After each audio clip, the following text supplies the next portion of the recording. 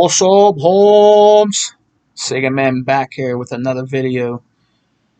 And today we're going to talk about two types of Sega Genesis systems you can own and collect for in your Genesis collection. But first, I want to give a shout out to to 100 Intramedia Gaming. I want to give a shout out to their podcast, Xbox Has No Games, which is a cool name for Hundreds podcast with Flip Money, Livewire, Chaos, and then he'll have guests on also. And I mean, so you can check out 100's podcast on Saturdays. I believe it's at 8 p.m. It depends on where you're at. You know what I mean? Eastern, Pacific, it'll be different times. But check out their new podcast that's on Saturdays. This is something new 100 is doing. The first episode just past Saturday, and it was a great episode. I really enjoyed watching their podcast, and the Xbox brothers talking about different things that are going on in the gaming community and going on in gaming news. So remember, check them out Saturdays. Xbox Has No Games. Check them out.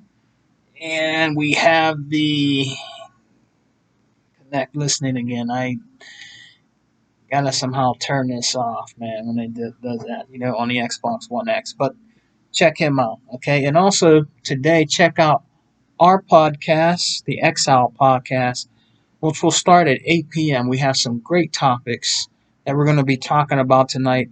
So come on by the Don King of Xbox, E-Rock X's channel, and check us out, the Exile podcast with me, Hebot, T-Reaper, of course, E-Rock, Unlimited Productions, and Phase 114 if he comes. Sometimes, the brother's busy. But check us out tonight at 8 p.m., all right? So, let's get into this. These are a couple of retro systems, okay? And I'm going to show you the differences between these Model 1 Sega Genesises, all right? So let's get into it here. Now, the first one we got here is the first original model, the first Sega Genesis that came out in the United States. And you've seen this before, but it's a great system. You know what I mean? And this is the first model. Okay, the first model Sega Genesis. And what I like about the first model Sega Genesis is it just really has an awesome futuristic type shape to it and look. It's really a badass shape. You know what I'm saying, for a gaming system. You know what I mean? And like I said at the time, to me, Sega was ahead of their time. Like on the top of the system, it says high definition graphics. Sega Genesis 16-bit. Way on the top there. You know what I'm saying? And also, there's the on and off switch. But what was cool about this system is it had where you can hook some headphones up to it, right? And it had a volume, and you can just rock out to the music that was in your game. One game to really listen to the music when you're playing this system, and it sounds really good, is Streets of Rage 2. Still the best Streets of Rage game in my opinion. Streets of Rage 4 is a really awesome game that's out, for this gen, but it'll always be Streets of Rage 2 to me, because they had the best soundtrack in a video game at that time ever. You know what I mean? It was just awesome music in Streets of Rage 2. But that's what was really cool about this. This nice, sleek black, you know what I mean? Like a futuristic, looks like it's real futuristic looking up here. It's just really cool, man. You know what I'm saying? And the back, has the, the ports on it, the EXT port. You have your channel 3 and 4, your RF out, A and V, and adapter in the back, in the back of the Sega Genesis.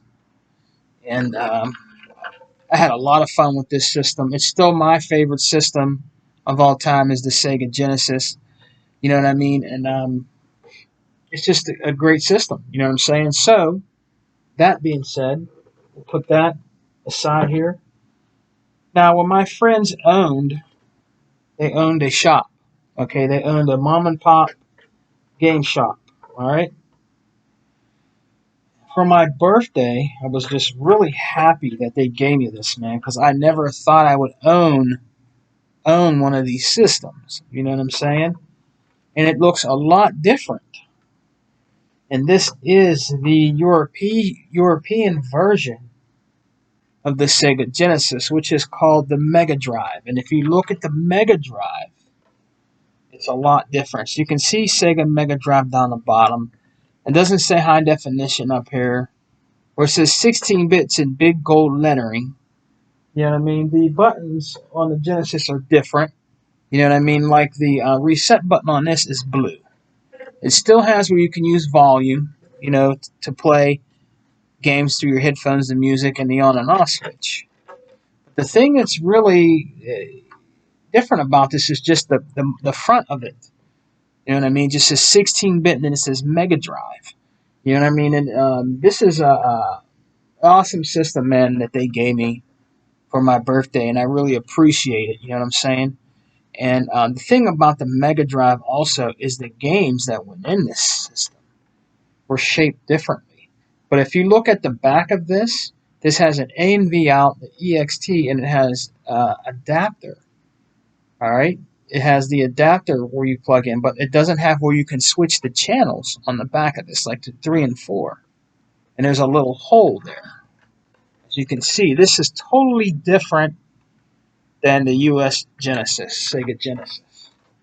But I'm going to show you, because I only own a couple games for this system, but I'm going to show you the difference between that and the American Sega Genesis. So here's the games. This one is called Power Athlete, okay? Now, this game came out, I got the US version too, and it's called Power Moves. It was a weird type of, kind of like type 2D beat 'em up, okay? A lot of those games back in the day, they wanted to be like Street Fighter and they wanted to be like Mortal Kombat. So they just started coming out with all these different kind of games that mimic Street Fighter and Mortal Kombat. But this one was actually pretty goddamn good. The moves that they did in here, the characters, the backgrounds were awesome in this game, and it was really good. Now, I don't think it really got really good reviews on it, but this is called Power Athlete, and it is made for, it's the Mega Drive cartridge. That's called Power Athlete, okay? And that is the Mega Drive game, like Power Moves, all right? And on the back, there's a little bit of writing. You can't really see it in you know, you'll see it in Japanese. You know, the little character on the back. You know what I'm saying? On the back of there. And I'll show you the game. Unfortunately, this game doesn't come with the booklet. You know what I mean? But this is the game. This is the way a Mega Drive cartridge looks. See how it's round? And probably around the same size as the Sega Genesis controller. I mean, cartridge. But that's what it looks like. Okay? Really sleek and smooth at the top. Get you a closer look. But that's what Power Athletes look like.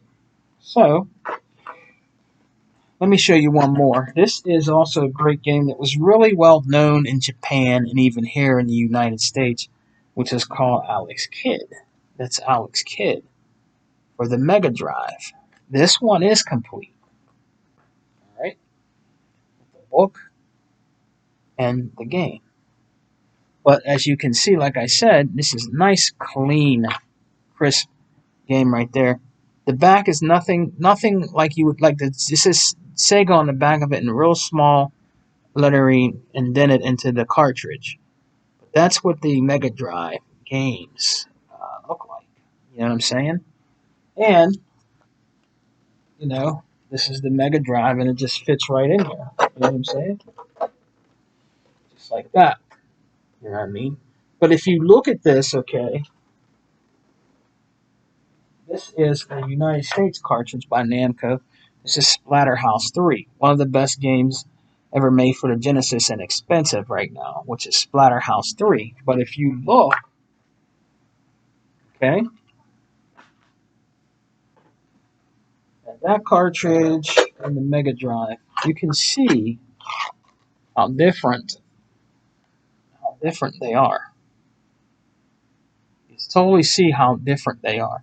This is different shape. This is more smoothed out. The backs are different.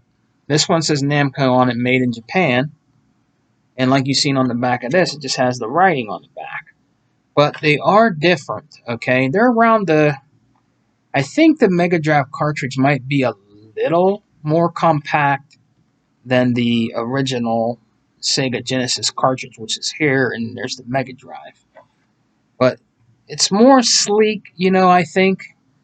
Kind of looks more compact than you would, when you put them side to side, kind of looks a little bit more compact, But that's what the Mega Drive cartridge looks like. Now,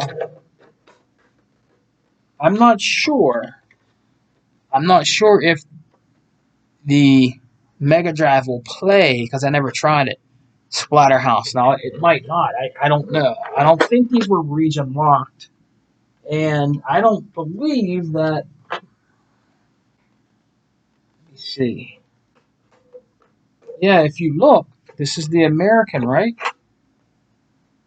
But the Mega Drive cartridge doesn't fit in there. So, I'm not sure if the original Genesis can play the Mega Drive cartridge. It might not be able to. Maybe it was region locked. I'm not sure. You know what I mean? So the Mega Drive, the Sega Mega Drive might be able to play US versions. I'm not sure, but it fitted in there perfectly. That's, so you can't play, their games on an American system. You know what I mean? It's shaped, made different to where it won't fit in there. You know what I mean? But that's the difference. And when you hold them both up, and this one is actually the Mega Drive. The Mega Drive Genesis is actually lighter. It's actually lighter than the one in the United States. This one is more heavy, has more weight to it. This one is actually a little lighter than the US version. But I really enjoy both of them. This will always be Sega Man's favorite system, man. But I always enjoyed both of them. But I just wanted to give you a look at the different European model of the Sega Genesis and the United States version. Now, I don't know how much Sega Mega Drives are going for online. It could be up in price. I'm not sure. But I was just glad and happy to own the European version Genesis, because I showed you guys different versions of the Genesises, like the Model 3, the Model 2, you know what I mean, and the Nomad, the original portable handheld, you know what I mean. But I wanted to give you guys a look at the European model, which is called the Mega Drive, and their games, you know what I mean. And there were great games, I believe, that just came out in Europe that were on the Genesis. There's a lot of them I probably don't even know about. I like shoot-em-ups. And I'm pretty sure there's some that's out there that's on that system that we can't get here. I need to research that more. But I wanted to do a video on that about the two model Genesises, different Genesises from different regions. You know what I mean? And they're both great to own. If you want to get into collecting for the Sega Genesis, start out with the American version first. And if you can find the Mega Drive for a good price, then, maybe import it and see if you can find some decent prices on games. That's where I think it might get expensive when it comes to Mega Drive games. You know what I mean? Because some of those games can be up in the 100 range, when you start collecting, even for the American versions of games. You know what I mean? Like the one shooter I can't afford at all, and I think it's Musha. I think it's Musha. I mean that game is... I've seen that game, okay? I seen that shoot 'em up for $250, and that was just a cartridge. That's insanely ridiculous. Now that would be a great game that they can import and put. That would be awesome to put on the Xbox One X. You know what I mean, or the Xbox Series. That would be a nice shooter to add to the shoot 'em up collection that I have on the Xbox One X. You know what I mean? So, but yeah, guys, I hope you guys enjoyed this video about the Genesis, the Mega Drive, and the original Sega Genesis. Come and check us out, guys, tonight on the Exile podcast. We're gonna have a great time. We got some great topics coming up, some really good stuff that's been happening in gaming news. You know what I mean? And come and join us, man. And I want to say another thing. I want to thank all my true uh, subscribers that subscribe to me. I want to thank you guys, and I really appreciate you guys subscribing to me. The true gamers out there, the true people that enjoy games and like what Sega Man is doing. You know what I mean? I have there's a lot of trolls out there. You know what I'm saying? I have to get at them sometimes. You know, by blocking them and muting them. You know what I mean? Because they're always going to say something when it has to do with Xbox. It's never going to end. You know what I mean? And that's cool. If that's what they want to do, fine. But just remember, you're always going to be blocked, muted, and your comments will be taken down every single time. You know what I mean? That's what you have to do. You're the better person. If you don't respond to these trolls of the stupid rhetoric toxicity that they try to spread on true gaming channels, you know what I mean? Trying to get to you, trying to get under your skin, trying to get you to, message them back, because that's when they know that they can get to you. When you start messaging them back, saying stuff bad, mean to them, you know what I'm saying? When you message them back, you know what I mean? That's how they know they can get to you when they do that. I have trolls out there like mimicking my name, my Sega Man 101, and then going on to different podcasters and saying, "Hey, I'm the fake and the fraud and all that." You know what I mean? That's how far they'll go. That's how sad their life is. Their life is so sad that they have to go and mimic me, and I'll be on my friend's podcast, like I'm on Hundreds podcast, telling them and giving them comments in the comment section. Then somebody pops up with my same name, saying, "What am I doing in here? I'm a fraud." You know what I mean? But 100 knows who I am. You know what I'm saying? But yeah, they must live a really sad life if they have to do that, man. I don't know, man. They just hate on Xbox so much. They hate on Battletoads. They're hating on the new Super Lucky's Tale. You know what I mean?